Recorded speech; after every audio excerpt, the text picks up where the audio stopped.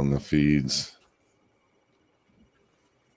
I dig this. I can't wait to get this down. Okay, so we're live locally. I see that we're live on YouTube, and let me just do a quick one on HISadvocates TV. As you all know, welcome. My name is Kelby Smith. This is Carmel. Carmel's a professional comedian for sure, by trade and personally.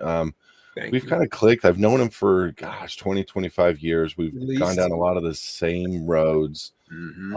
And we kind of come to a lot of the similar beliefs. And, this is kind of what this show is about. It's just two guys not believing in the mix and the narrative and all these things out there, but just hanging out in our man cave, my very expensive man cave in the background. But Carmel, I want to thank you, my brother. Just I really appreciate you bringing on Reggie. Do me a favor, give him a quick introduction, and let's get him on and start talking about this subject matter. For sure. So in light of the topic of today in crypto, Reggie is a guy who's super dialed in with that world. He's done blockchain projects for different companies. He's built companies himself talking about crypto. One of the guys that knows a lot about it from every side, from every angle. There's so much to know and to learn about crypto, and it can be that's why the title, the crypto world of crypto. So I think there's not many people in the world that I know that would be a better person to have on as a guest today. So let's bring on Reggie Braziel. Reggie, what's happening, my brother? Hey, what's going on? How you all doing today? I'm doing good. Am I able to say I feel like the minority today? Everybody okay with that? I mean, I'm just saying. Hey, Reggie, don't take offense to me, my brother. No, not at all. Hey, get ready, because this is what's happened. This is about to be the norm, bro. I hope so, man. You guys are a lot more fun than the white folks out there. I'm telling you right now. You already know that. Anyway, Reggie, welcome. I'm glad you were able to join us. Tell us what you do, man. Hey, how you doing? I'm a technology expert. I've been building different things. Like when it comes to cryptocurrency, I've helped people train and build corporations up. I've helped large network marketing companies build blockchain projects. I started off as like an IT professional when I was younger. I got into networking support, and then I started understanding all about technology, whether it's Google, whether it's development, all the different aspects of technology. I've just been a nerd ever since I was younger. Ever since the AOL, CompuServe, and Prodigy days, I've been deep inside technology. So when it comes to crypto, the funny thing is that I've always been in technology. So in 2008 and 2009, when it first started to come around, I was already involved in understanding the white paper. And, we were all against, we're rebelling against the world. We need to do something because it was the great crash in 2008. So I'm one of those people who's been around for a long time and always tried to get my family involved in crypto and all that good stuff. But I'm just a techie when it comes to it. I'm just a technology person. So you've been in it since the beginning, and I'm just going to ask you some tough questions, and I need your truth as you know it. I watch a lot of stuff going on in the crypto universe, and right now one of the things is Satoshi Nakamori, whatever the name is, isn't a real name of a real individual. Nobody's found this guy. Nobody knows this guy. It's spun off of an actual white paper from the NSA back in 1990, brought forward, and I had a guy do a breakdown of the Japanese name. He's on IG, and he says, well, if you're going to look at the name, let's look at it, the last name first, and then the first name, let's spell it out. And he said what it means is central intelligence ultimately. And then you have the SHA-256 algorithm being something that the NSA has a patent on it, and I'm like, okay, what's going on? Was Bitcoin in your mind created by the NSA or CIA or one of the alphabet soup agencies to get us used to cryptocurrency, or what are your thoughts on that? Yeah, 100%. I wouldn't say 100%, but I definitely feel that the way that it was created, coming out of nowhere and adapting and growing so large, it definitely had to come from someone else other than just like this anonymous person. And I take that back to the days of the dark web. When I was first involved in dark web a long time ago, you have to remember, to get involved in dark web, to even get to the sites, you have to have something called the Tor network. And if you use the Tor network, that's actually something that was created by the 3-letter alphabet people to actually do the stuff. So Torah was first. So if you understand Torah, and people think that Tor is like this anonymous thing and you can go through tunnels and all that stuff. But they're the actual ones that were using this a long time ago, before the dark web came and before, you know, you were able to get to different places like Silk Road and all those different spots. So I definitely think that it was someone behind the scenes that created this, and they knew where it was going to go, but it just had to take time before people adapted to it, and they had to market it right, do all those different things. I think the icing on the cake for me was the fact that Bitcoin got its ETF before any regulated currencies out there. You know, you would have figured, you know, with XRP being the only currency that's been actually determined by the SEC, that they would have had the first shot at an ETF. And I know there's a lot of ETFs from a lot of different companies coming out with XRP right now. I'm just trying to find out what is the play here. Like, what are they going to do in the next year and a half? Because we do know for a fact that we got a July 14th domestic ISO 20022 compliancy for the local banks, and then international November 22nd, I believe it is, where everybody needs to convert to these standards, and they're going to have to use some kind of ledger. And everybody's all of a sudden, you listen to Brad Garlinghouse, and you listen to all these guys out there. They're doing more sales than they've ever done. They got the Chinese market, United Emirates market. They've backdoored Swift in 100 different ways by taking their clients from them and using their clients to support. I mean, I went to the Swift page and I looked at who they were running their test patterns with. And all, I think 10 out of 11 banks already had known public contracts with XRP on their ledger platform. What are you thinking is, and I know this is strictly speculation, what is your thought process with ISO standard coins being the way that all money moves in the next year or 2 years? Well, I think first, it's almost like no one truly knows. Like, I know so many people in the industry, from some of the creators of the early platforms like EOS and Dave, the Latimer family, and all these different people. Everyone only assumes and guesses what's going to happen. But ultimately, in the future, we're going to be living in a world that there's going to be crypto and assets and different things like that. For me, it's just a matter of time before everything hits into place, because you still have a lot of the older generation that's running things in the background, and some of them didn't really understand what was going on, so it took a while for them to push it out correctly. But I think definitely when it comes to it, no one knows which coins and what's going to be the hottest. Like, everyone that speculates, like, well, XRP is going to do this or this is going to do that. At the end of the day, it's just no one truly knows, but we know what's going to happen. We're definitely converting over to this new way of cryptocurrency and blockchain projects. It's taking a little bit of time, but it's about to explode very soon. And it's the younger generation who's definitely going to push it, because that's all they know. Then that's my question, is for the average layperson, for a person who's just doing their banking day to day. Maybe they got a 401k, maybe they dabble with a few stocks here and there. What is something they can do now? Because, like, everything's about adoption, right? At one point, we had nothing but cash and change. Then all of a sudden we had checks, then we had cards. Now we have apps on our phones. So obviously people are being walked towards more of a digital currency.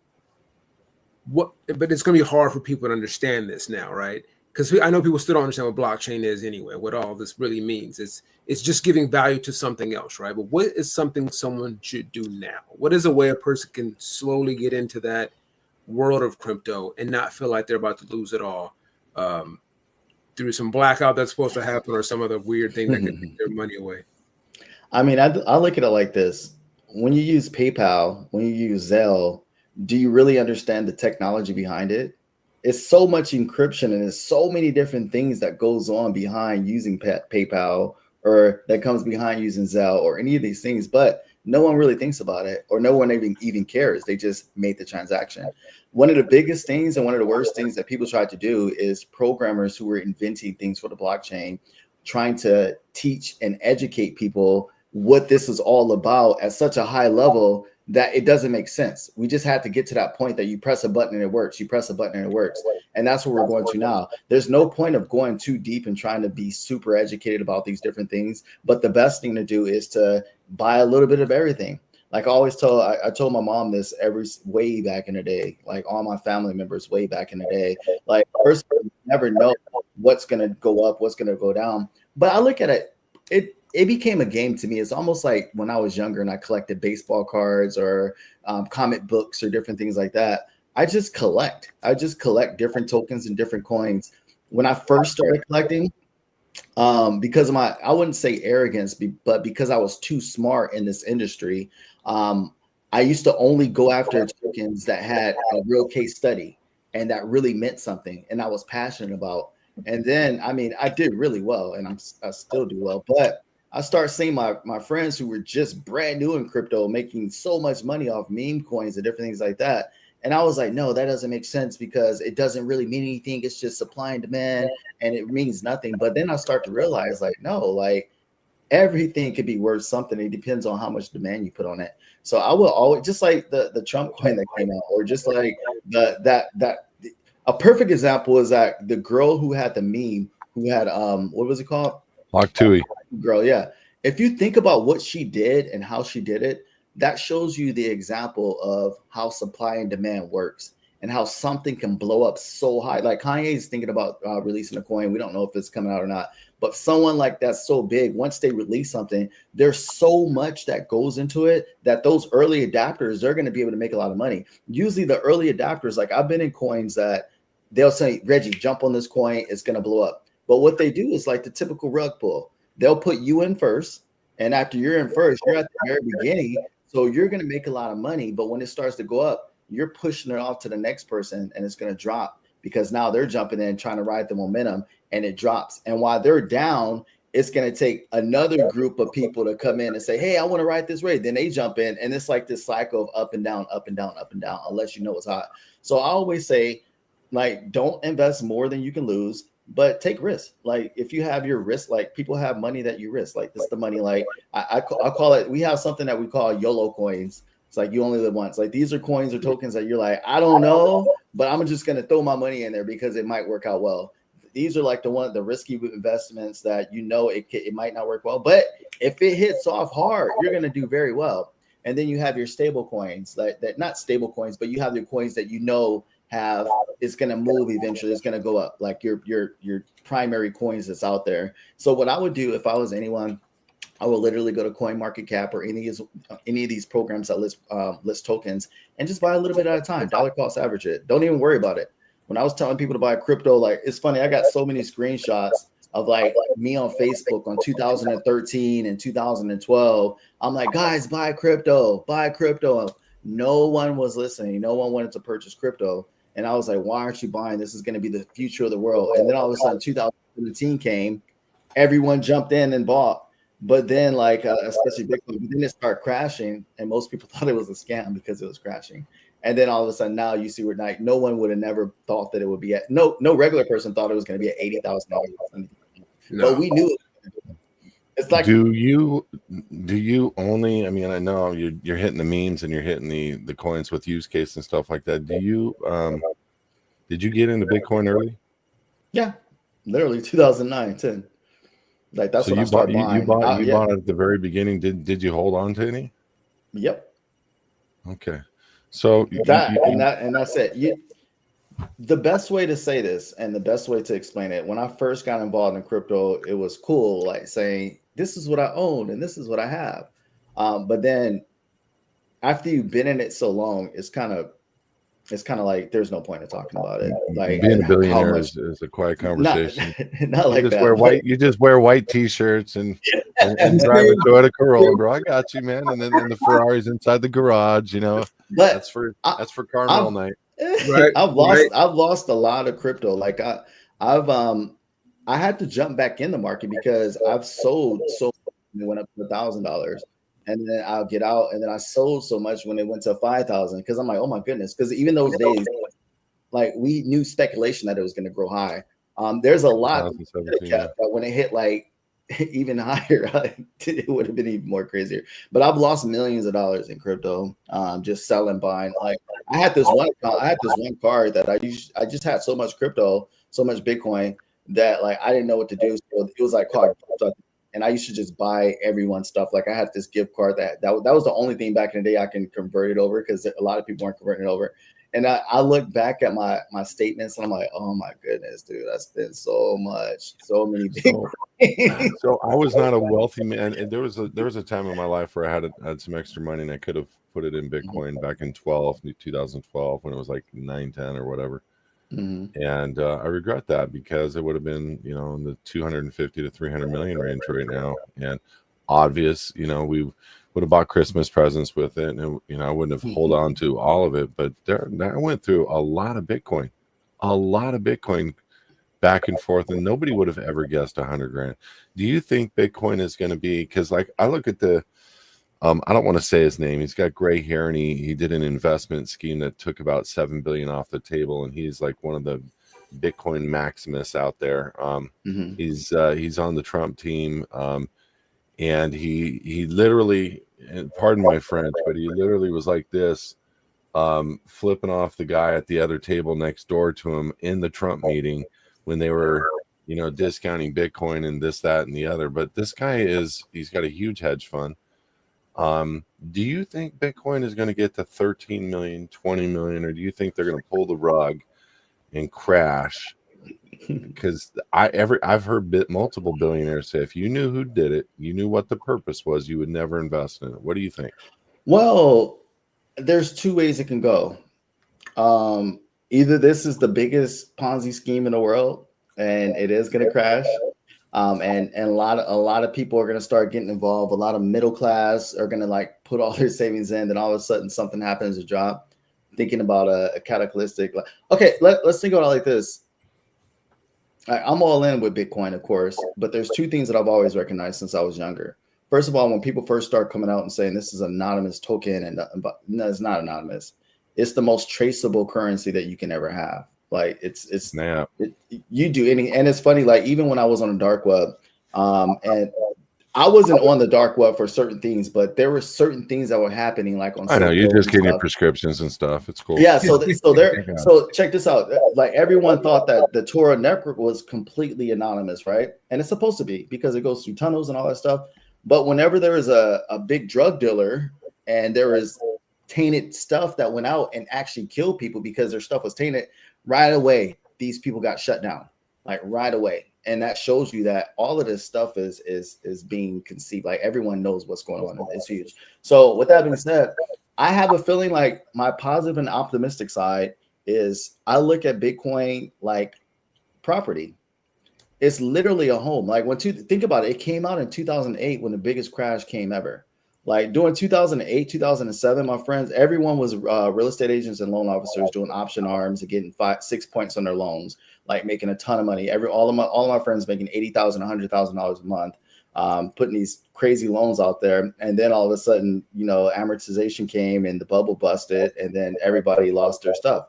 So during that time, that's when Bitcoin was coming out, because it wanted to give regular people the opportunity to win, like how the real estate market was. So imagine if you would have bought a bunch of them like their houses back in the day, and where that price will be right now. Those are your homes. So even right now, it's your home. It's an $80,000 home in California that one day, like I live in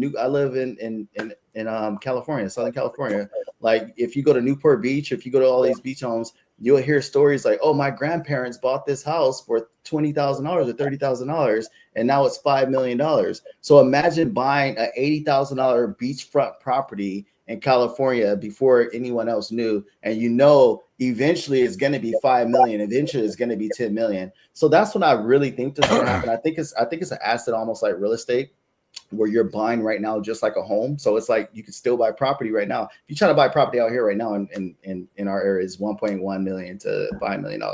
But like if you buy Bitcoin. No, sorry, go ahead. No, so I'm saying if you buy Bitcoin, it's eventually still going to go up. Now that's what I think, and that's what I'm hoping. But like people say, the dark side of it is, what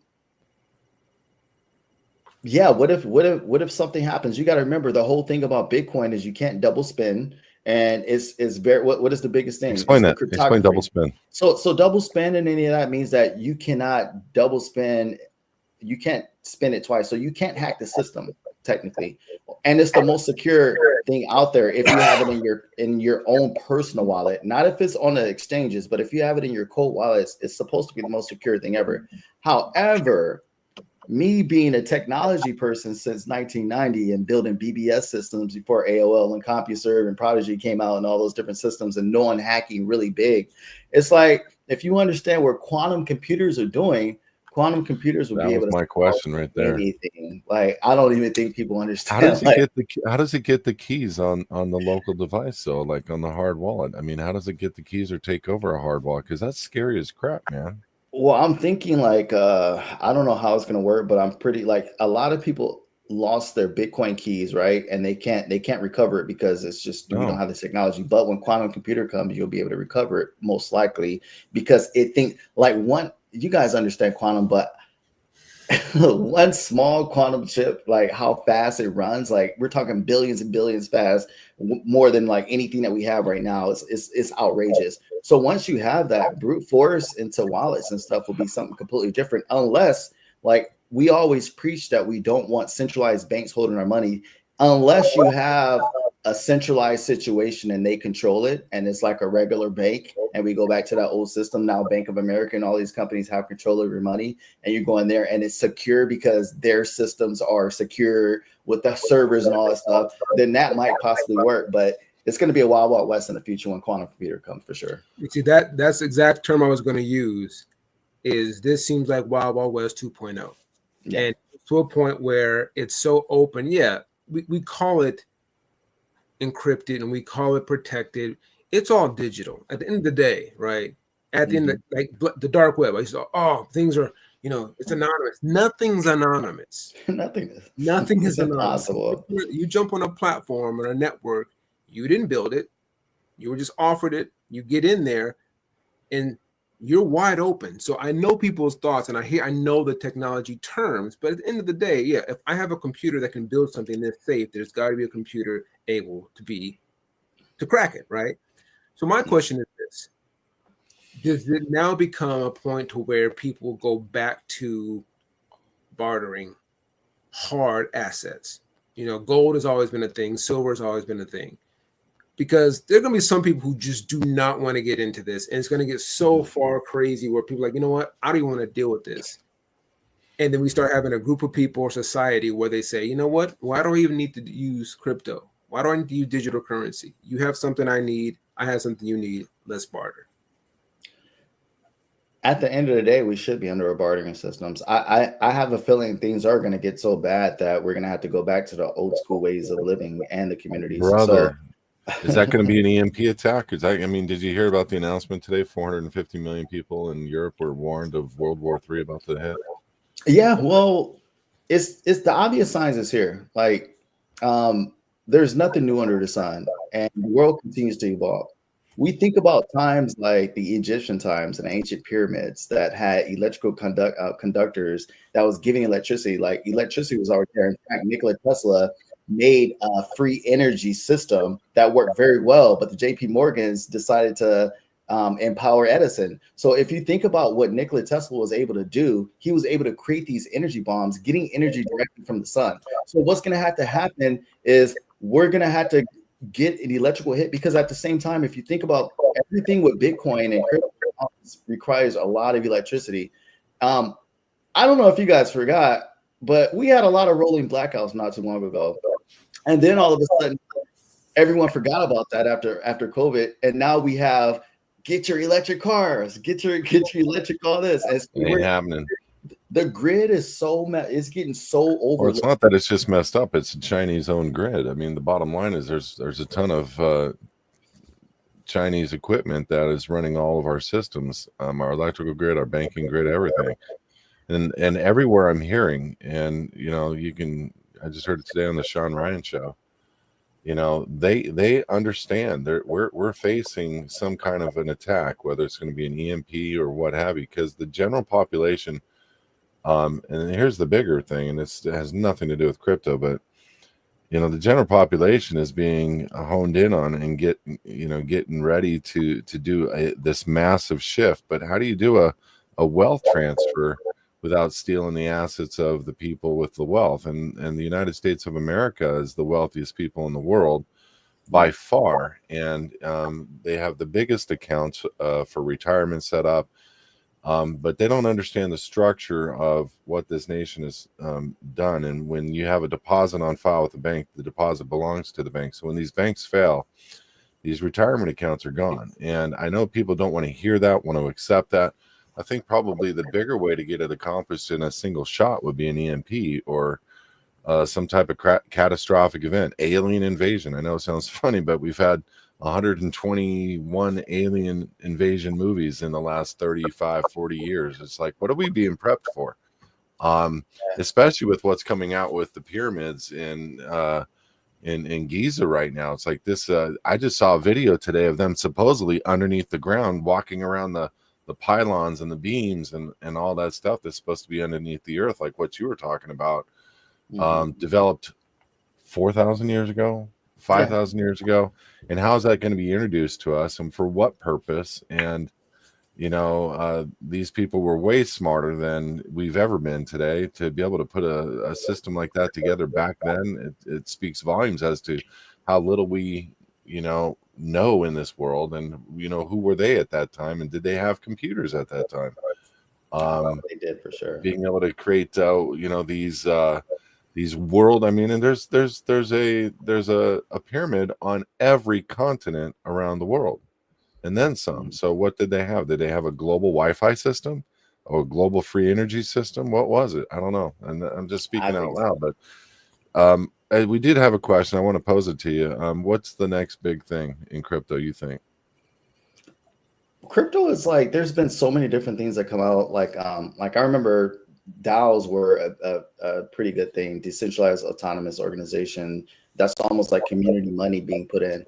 I think if people start understanding how people like Hatua and all these different people can generate money so fast, there will be communities that start working together to generate their own money without the sense of needing banks. So it's all about DAOs, decentralized funds, and having the blockchain as being, the transparent spot for people to move funds and invest funds. So I don't think it's like Bitcoin technology and blockchain technology. I mean, I don't think there's any new big thing, but it will be a combination of blockchain and AI development, and there will be something that comes soon. Like, I don't think like how we were talking about earlier, there will be a time, like the blockchain was created for a reason. So I think we will be tied to the grid. We'll have our own blockchain wallets. Maybe it's through the government or whatever it may be. And we will spend that way so they can track everything. And I think that we will have some sort of chip or whatever that kind of like helps us to move funds or whatever, and they'll have access to it. It's not going to be decentralized. So there will be the centralized way, and there's going to be the decentralized way. And Reggie, are you going to get an embedded chip? Now, let me say this. This is the conversation we always have. Come on, Reggie. This is a hard one to say, especially openly online. But this is what I will. This is what I will say. If you go back to the 90s when technology was first coming out, when I was like 16 and 17, no one would listen to me about tech. Everyone was like, the internet, this is the devil. It's gonna be the worst thing ever. I was selling websites way before. I had a Y2K website too, but I remember I was selling websites and business owners were listening to. Yeah, Y2K was huge. I remember that came up. But the fact that I'm trying to make is we're afraid of new things. Now, what happens with AI? Like, AI is huge. Like, I have this book right here. It's called the LMM Engineer Handbook. It's this is large language models, where you understand how to create the large language models for AI. Now, the thing is, right now, AI is just learned data, synthetic data and learned data. It's just all the information in the world. So soon it will start working on its own without humans programming it. And then after that happens, like, has that not happened already? Wait, no, it's not really AGI. Like,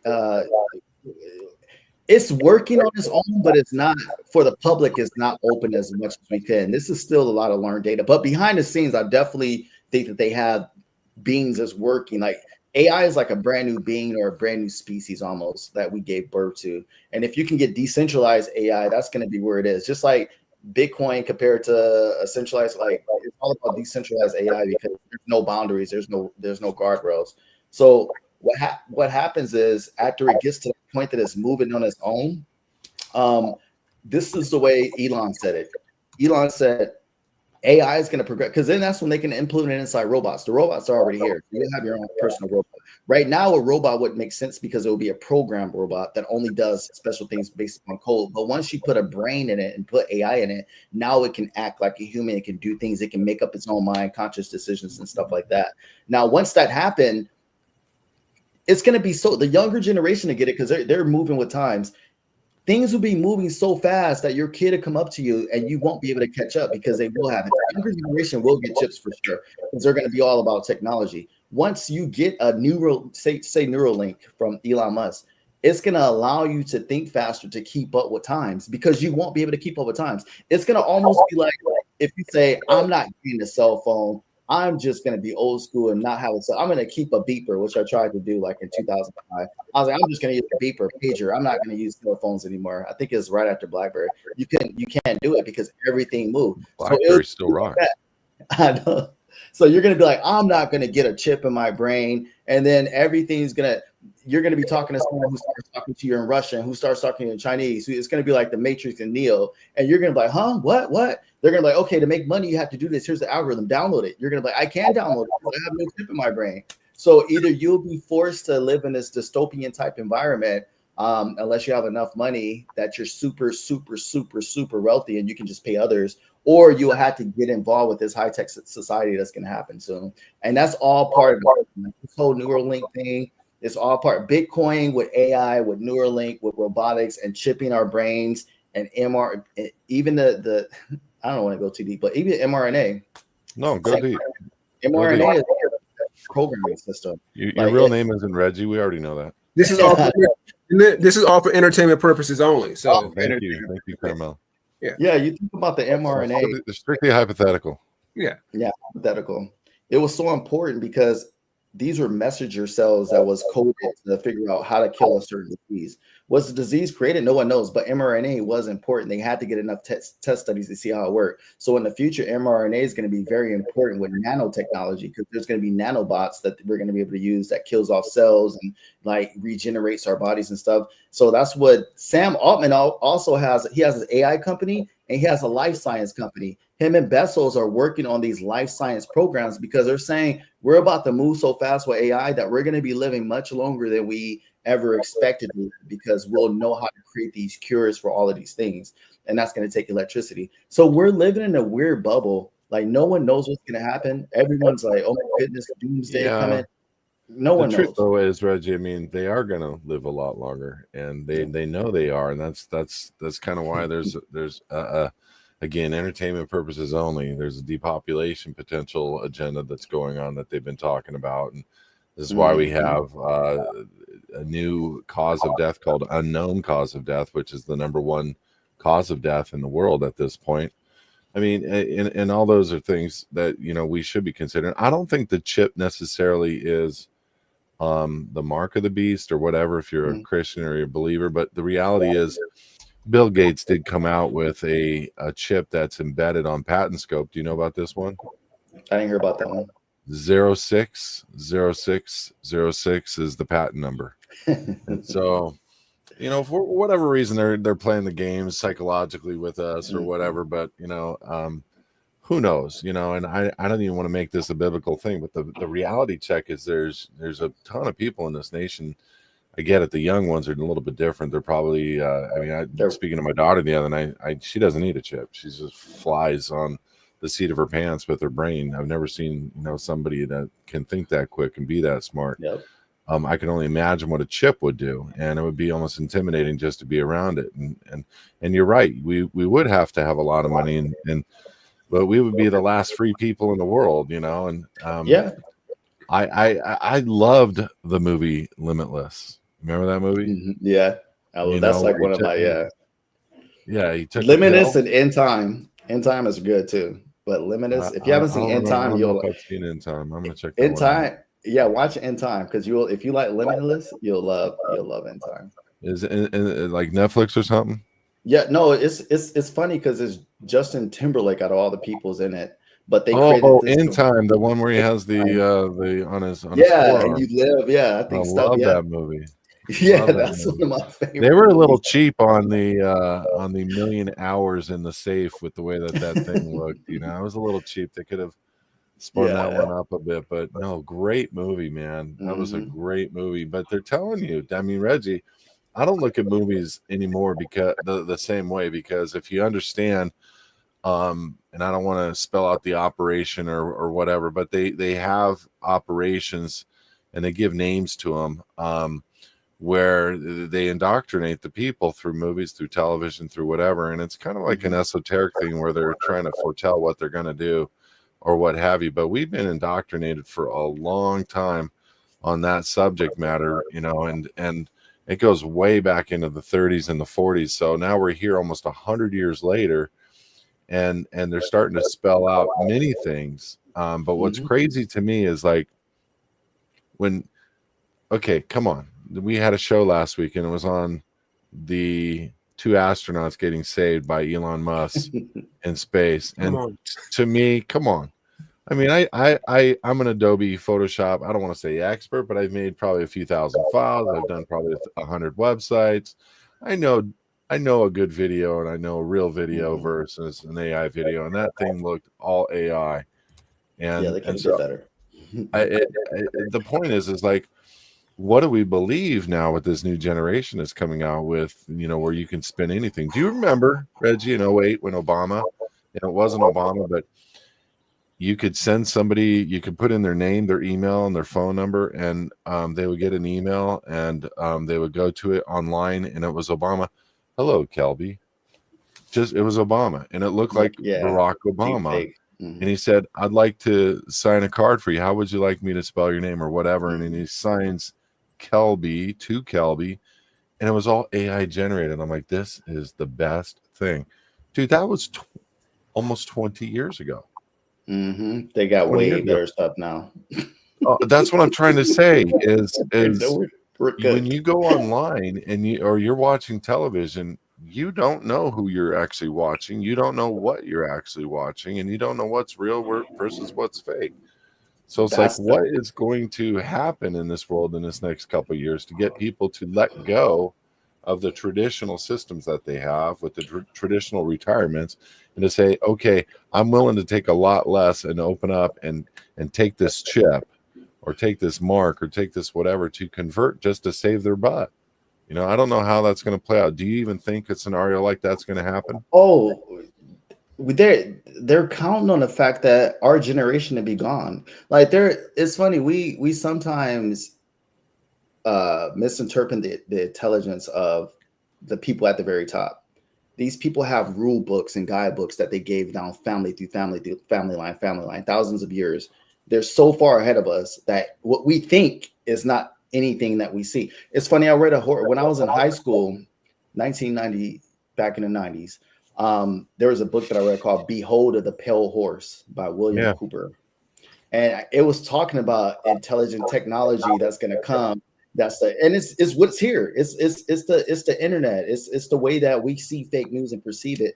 Like everything is a facade. I'm using a program called Synthesia to make my AI avatars, and it recorded myself. Literally, after I record myself, I can make it say anything, and it looks exactly like me, blemishes and all. It's nothing different. Like it literally talks and it sounds just like me. Because I was making cryptocurrency videos for one of my clients, and it wouldn't allow me. It kept blocking some that was talking about finances because it said that these are real actors and they don't want their name behind anything finances. And it was like, you can create your own avatar. So I was like, okay, let me just record myself. Soon as I recorded myself, it looked and you have to give consent. You have to say, I give consent, blah, blah, blah, blah, blah. I can make anything. This could be definitely an avatar. You wouldn't even know it wasn't me. So yeah, we're going to move to that stage where everything that you see is fake. So when there's something happening and they say there's a storm in Detroit, Michigan that just wiped up the whole city, and they show it on TV and you watch it on social media, it could be completely fake. And you're in your house because you're afraid to go outside. We're going to live in a society like Ready Player One when we have on our VR headsets. Older people, it's harder to imagine this, but you'll be in the digital world. The new world will be digital world. Like we're older, so we don't like the hardest part of being older now, like as we age, is forgetting how it is to be a kid. But if you put yourself in the mind of a 10-year-old or 8-year-old and start to see what they're doing, like they automatically know Minecraft and Roblox and all this stuff. They are automatically prepared to be in the world. We're the ones saying you should be outside. No, they're about to be in a digital world.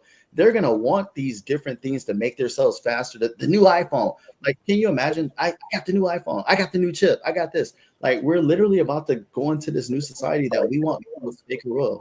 Like, by looking at TV, everything is deep fake. Even when you look on your phone, like when you look at your phone and go and look at the other person, it will be hard to know if that person is real because they can cross the lines up and show you something that's not real. It could be like, Reg, this is Kelby. I got something for you. We gotta go to the special. They're doing that. They're doing a lot of con jobs like that right now. It's crazy. How do I even know you're you or how Carmel? No, I know, and you don't. And it's like, and the drill is, I'm going to hang up and call you back. And they say, no, don't. If I won't be able to answer the phone. And the reality is because they can't control the phone yet. And exactly. Do you remember the movie Demolition Man with Sylvester Stallone and oh gosh, what is her name? Sandra Bullock, I think. With Wesley Snipes. Yep. When they're getting tickets for everything, so every time he cussed, he was getting a ticket. So he just goes S F B and all these cuss words and just drops a bunch of bombs just so he can have some toilet paper because in the future they don't have toilet paper. And they wanted to have an S relationship between each other, and they sat before each other, and it was almost like the VR world. They're literally doing that. There's a lot of memes coming out right now with guys and girls are getting caught. There's guys, and I'm not going to do it because somebody will pull it out and just use it against me later. But there's guys doing actions into a virtual world with multiple players around them, and it's disgusting. It's like, are we really moving towards that globally? Like, where a physical contact is not going to be more valuable than a virtual contact, and it's true. And I know that we're on crypto, but these are things that we got to consider for the future, and like how do you operate within it? I do have a few questions if you don't mind. No problem. Do you go to the CES shows? I haven't been to the last time I've been to one is like 6 years ago, but I watch them all the time online. I tried to get tickets. I was just telling my wife, I was like, hey, we should go to CES. And it was way harder than it used to be. But I love watching a CES on YouTube and see all the videos of all the new tech. Do you believe that there's going to be guys like you that are going to be in the background that are going to create devices that will allow for the transfer or allow for seamless integration with private transfers of assets like crypto from device to device, card to card, whatever? Do you think that's going to be available? Yeah, you're saying just easily, like if I had like a deed right here and I wanted to transfer it to you by myself. Are you saying like that? No. More like you have a secret device with crypto on it to where nobody knows about this device, and you're able to go to another human being and purchase something and give them crypto without a trace of the transaction. Possible? Oh yeah, for sure. Yeah, for sure. Yeah, there's definitely ways even today, but there's going to be way better things. There's stuff on the underground that there's ways to completely stay anonymous if you need to. Is this going to be like the new LAN parties where now people are showing up, got their own servers, taking cold wallets and tapping them and linking them up and exchanging? Again, that's this digital bartering, right? We're now not having to do it on a network, but we meet up somewhere and then link up in a local area. There definitely will be, but I think the hardest part is going to be once one person gets caught, then the network goes down, because but at the same time there will be devices that's layered behind VPNs and stuff that you'll be able to use that no one knows, because they have stuff like they have tunnels right now that you can use.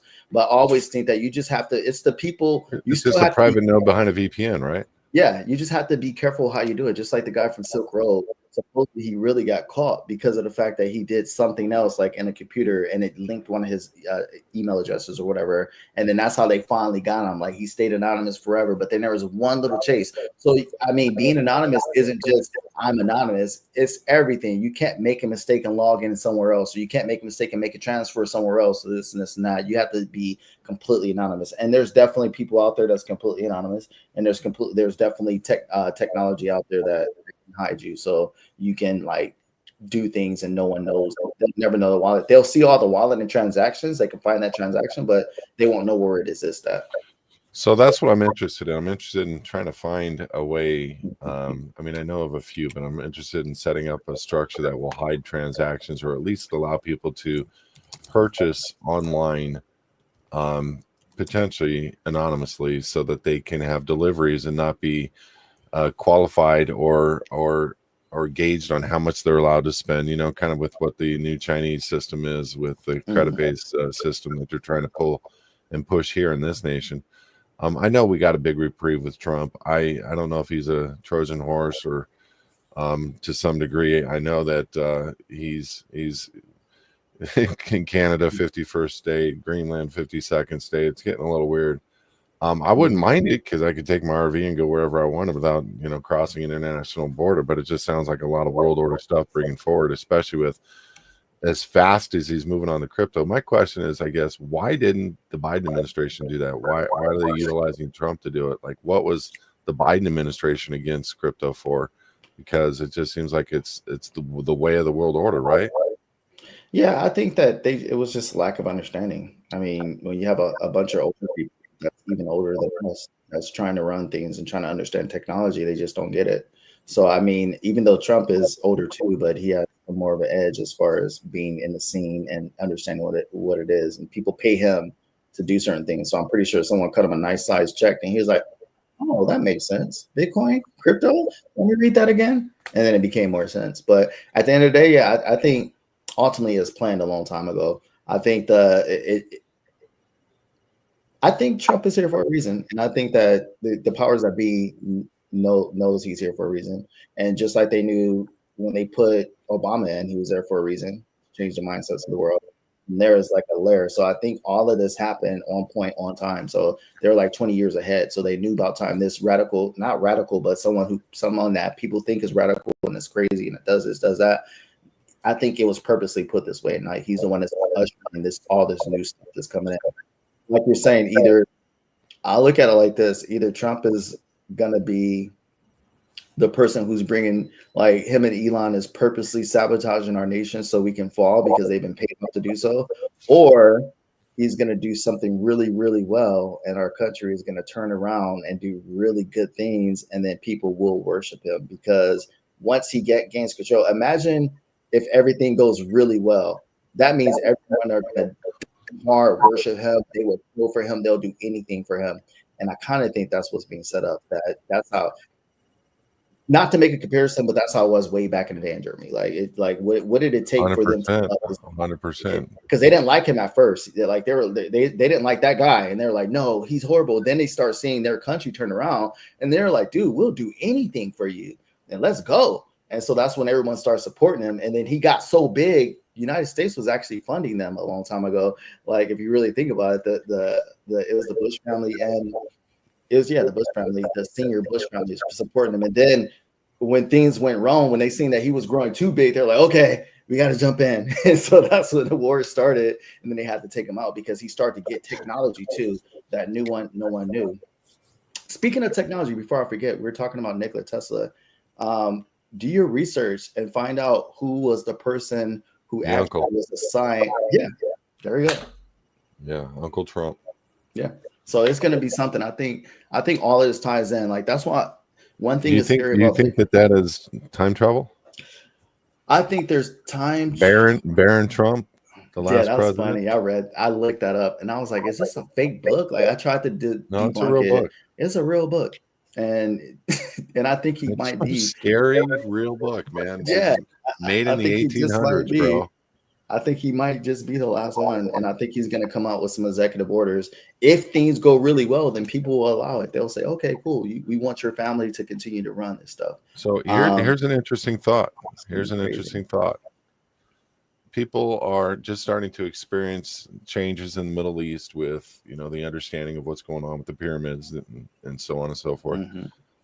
We've been finding in this century pyramids here on our land. We found Egyptian hieroglyphics and complete tombs and encased things within the Grand Canyon that is isolated and controlled by NASA. We also have the Mississippi River, which has exactly 7 rivers spun off of it. And we have California as an island in the 1500s where the water between and I don't know if you know this, but the water between California and Nevada was called the Red Sea. So, indigenous wise, where is the Middle East? When you're looking at from a biblical standpoint, like, but El Elon, which is Elon Musk, when he was a boy, he was called El Leon, and his caretaker, right, and his caretakers asked him, and there's things that he said publicly, but kind of in private communications that we could talk about, but his caretaker said to his mom, he said, I'm like, why would you ask this? Is he the Antichrist? And she said, no, but he is going to usher in the Antichrist. Now, if you know who his mom is and you know who his ex-wife is, they're both Satanists. And if you study this, and so that's creepy because this guy is so middle. He does, dude. When he has his shirt off, he does. He looks like a lizard man, or he looks like some creepy dude. But he's done some crazy things. He's got companies that would take thousands of people, hundreds and hundreds of years to pull off what he's done with his people in developing the car company and developing SpaceX and developing Neuralink and developing the robotics divisions of all these. I mean, it just seems like he is ushering in this whole system of control. And you're right. He is going to look like the savior of this nation after he loses his butt. He's lost a lot of dealerships.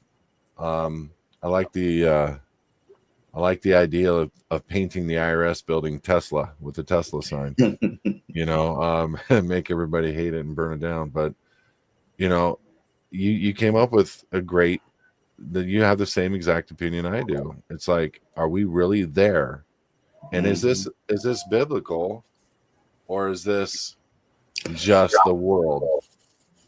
So go ahead, Reggie. Go ahead. No, I want to hear what you got to say, and then I'll go. Okay, 2 things. And this is how I feel about the Bible. And I understand people's fascination with it. And you brought it up.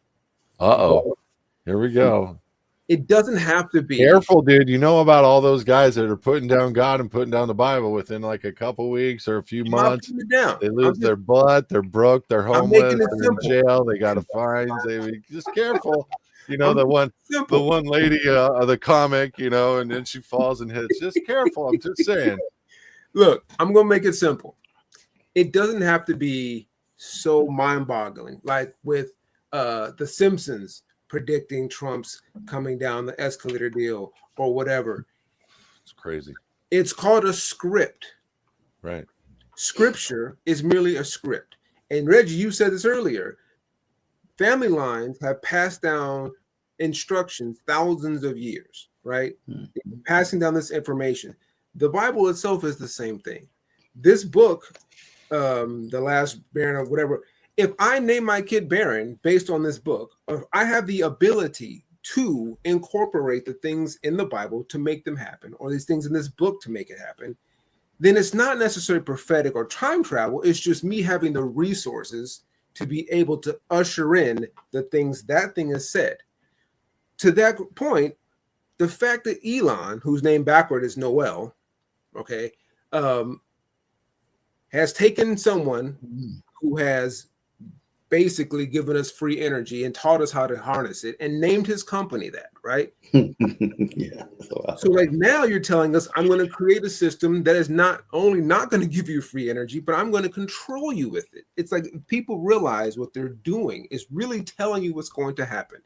All the stuff biblically or scripturally or anything TV movie, like you mentioned, in time whether it's Elysium, Terminator, and The Matrix, all these movies are all been telling us something. So if we're not listening or paying attention, it's really on us, because it's karmic retribution. If I tell you and show you what I'm about to do, and you still give me consent, I'm not held liable, right? Yep. So much of this stuff is in our face.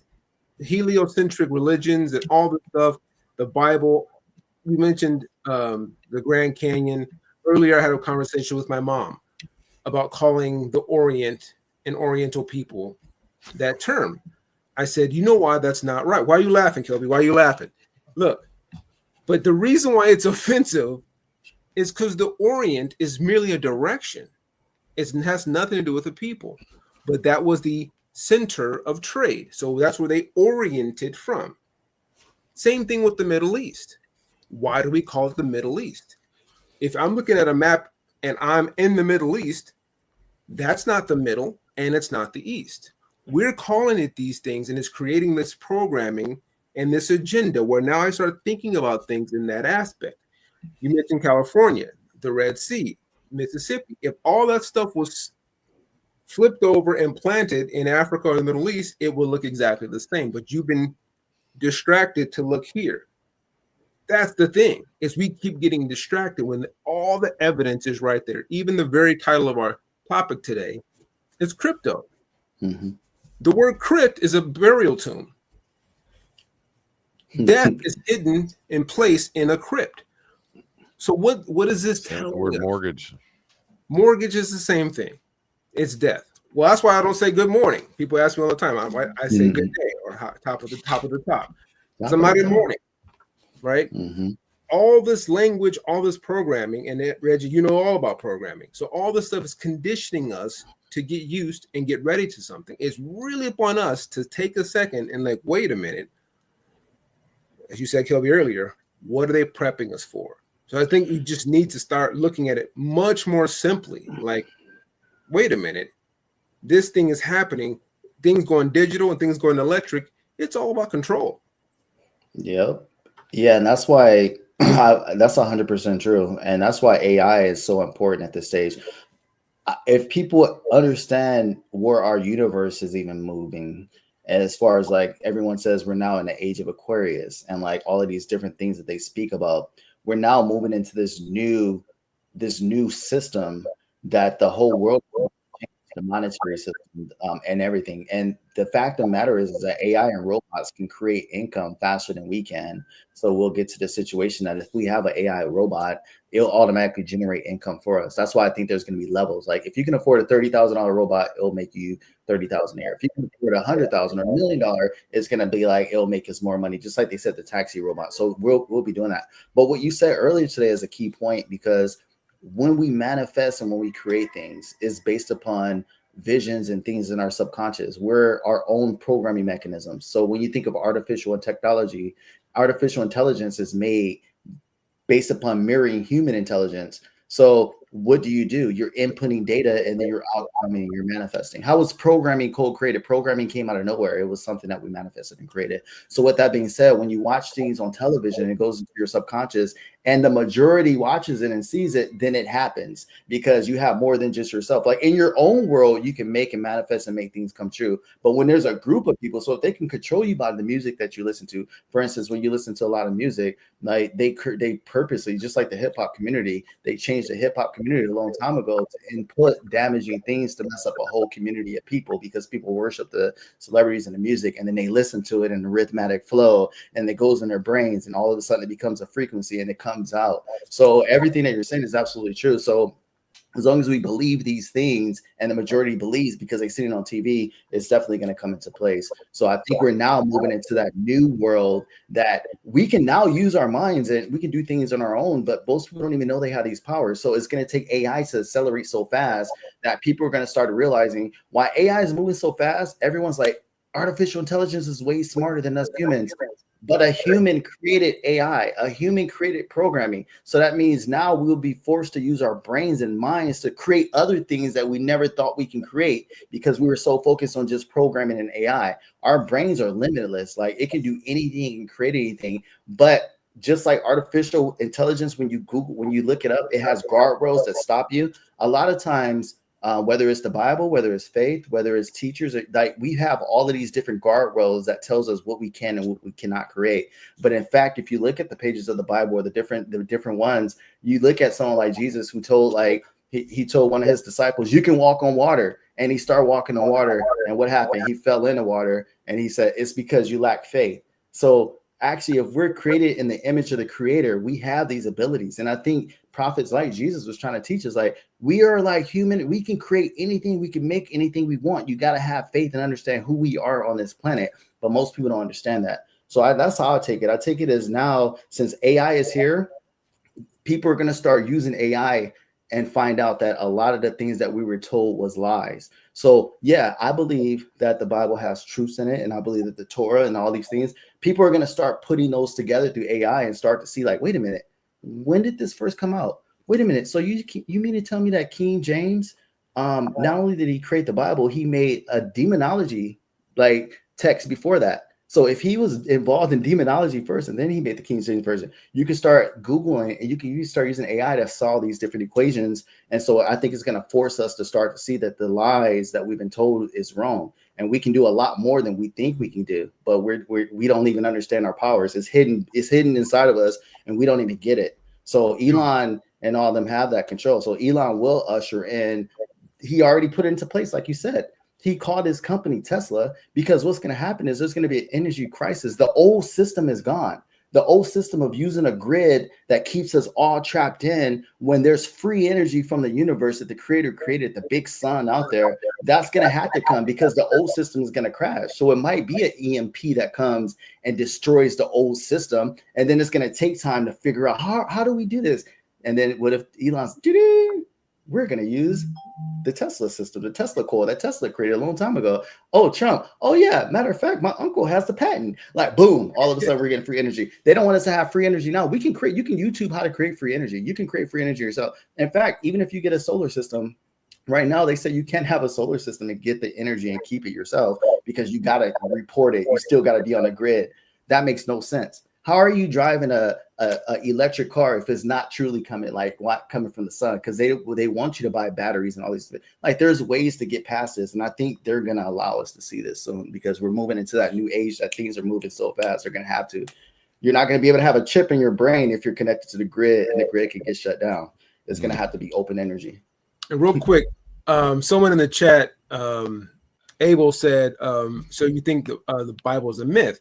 No, it's not that we think that it's a myth, Abel, but that the way it was presented, the way we've been programmed to think about it, the way, like even Reggie just mentioned, King James and, a whole council of other men got together and took out some books, rewrote a few things, packaged up, and gave you the canonized version. What's up with those other books? Why can't I read Bell the Dragon? Why can't I read the books?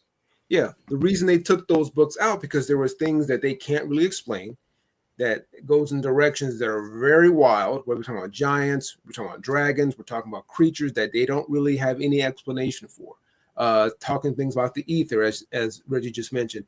If I can't control the people, then I lose control myself. So now let's take out a few books, and you can go and look this up. This is not stuff I'm making up. It's the Council of Nicaea, Council of Trent, Council of Sinai, all these groups of ecumenical cardinals and people and got together and made up these things to then say, hey, here's how you should read it. Here's what this means. Here's your God. Here's what that means. Here's what Jesus, who he really was. If anything, yeah, the whole thing about taking AI and now connecting the dots or missing pieces from other religious texts and realizing a lot of them are saying the same thing.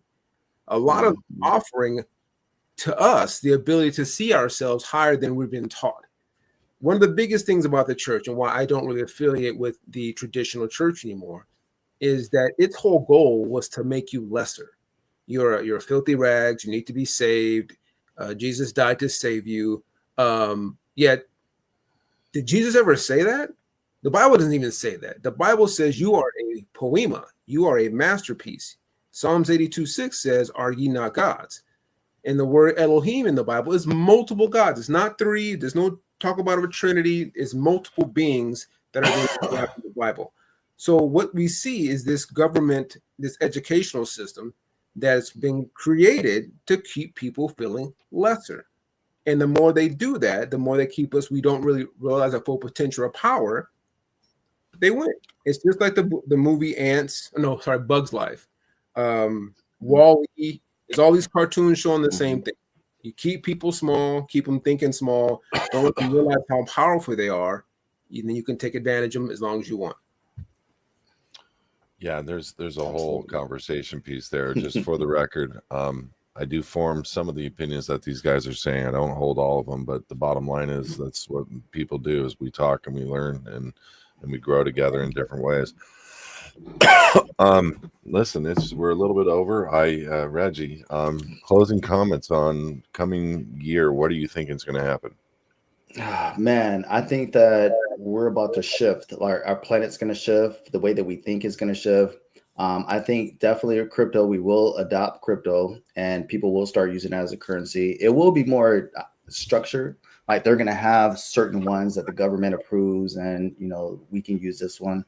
It's a good opportunity right now to get involved in crypto just so you can get ahead and you can make money. It might not be here forever, but it's definitely a quick way that, like, if you study meme coins and you study crypto and, trade a little bit or buy something here, in the short term, like I would say years to come, you'll win for sure. Maybe even before you leave this earth, like there might be a longer time. In the long term, like when quantum really hits the system and people really have quantum computers at home and all that stuff, who knows what's going to happen in the future. But I would say just get prepared for the shift. Like open your minds up to the infinite possibilities that we as humans have on this earth. Adapt to technology is so important. Sometimes we're stuck not really taking in technology like we should. Technology is meant for us to make it a slave to us. Like a lot of times we become a slave to technology. We allow technology to ruin us and to make us and to control us. But if you use technology for what it's worth and what it is, then you can get further in life because you're using it for its advantages and you're understanding how to completely, change everything in life. That's awesome. Reggie, thank you for coming out. Carmel, any closing comments, brother? Yeah, I would just echo what Reggie said, and Abel just said this in the chat as well. Everything can be used for good or evil. AI is the same way. It's a tool. You can make it do whatever you want it to do, create a nice little resume, write you a program, build a website. Yeah, if you want to create some kind of program that's going to, be a biohack and hurt people, you could do that too. At the end of the day, I think we need to take responsibility, first of all. And yeah, you be ready to take advantage of the opportunity. If this is the Gold Rush 2.0, how did those people get rich back then? They struck it rich by taking a risk. They went out, found some land, got to digging. Dig into crypto, dig into blockchain, learn about as much as you can. Yeah, just put some dollars here and there. Don't go buy that Starbucks. Don't go buy, some crazy lunch or dinner for once or twice a month. And just store that into some else. If you also got money in stock, diversify into some crypto. It's really no different. Because you don't want to be on the other side. You don't want to be like, oh, I wish I put money into Bitcoin. You're going to get another opportunity to put into some other crypto where you can still make some money. So I think my biggest thing to people is, don't be afraid of technology. Don't be afraid to take a chance. You take chances of it. Don't go to Vegas for that weekend. Buy some XRP. XRP, baby. So listen, thank you, Reggie, for joining us. For you that are new, do me a favor, download the app, HISadvocates.tv. I know we're back up on Google or Android. Just download our app. That way, when we go live, we send you a push notification. We also text and we also email. But you can watch us on Apple, Android, Amazon, LG, all the major televisions that are out there. We appreciate you joining the Man Cave. I'm not sure we're going to be on next week or not. Something big's happening for me on next Thursday. We're going to be in Vegas doing some fun stuff, but we appreciate the sentiments of Reggie, and thank you for coming out, my brother. I hope we can maybe do this again.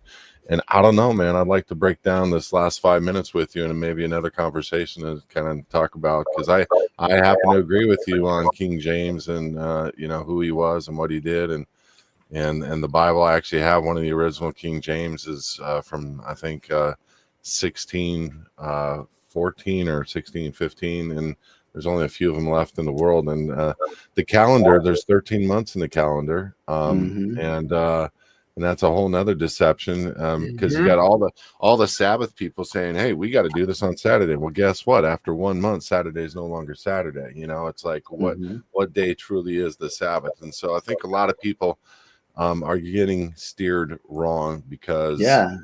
things have been changed, things have been manipulated, and maybe that's a conversation we should be having. But Reggie, I Yes. appreciate your sentiments and for coming out. And I wish you a great week, man. Thank you. I appreciate being here, and I'm looking forward to maybe having some more conversations.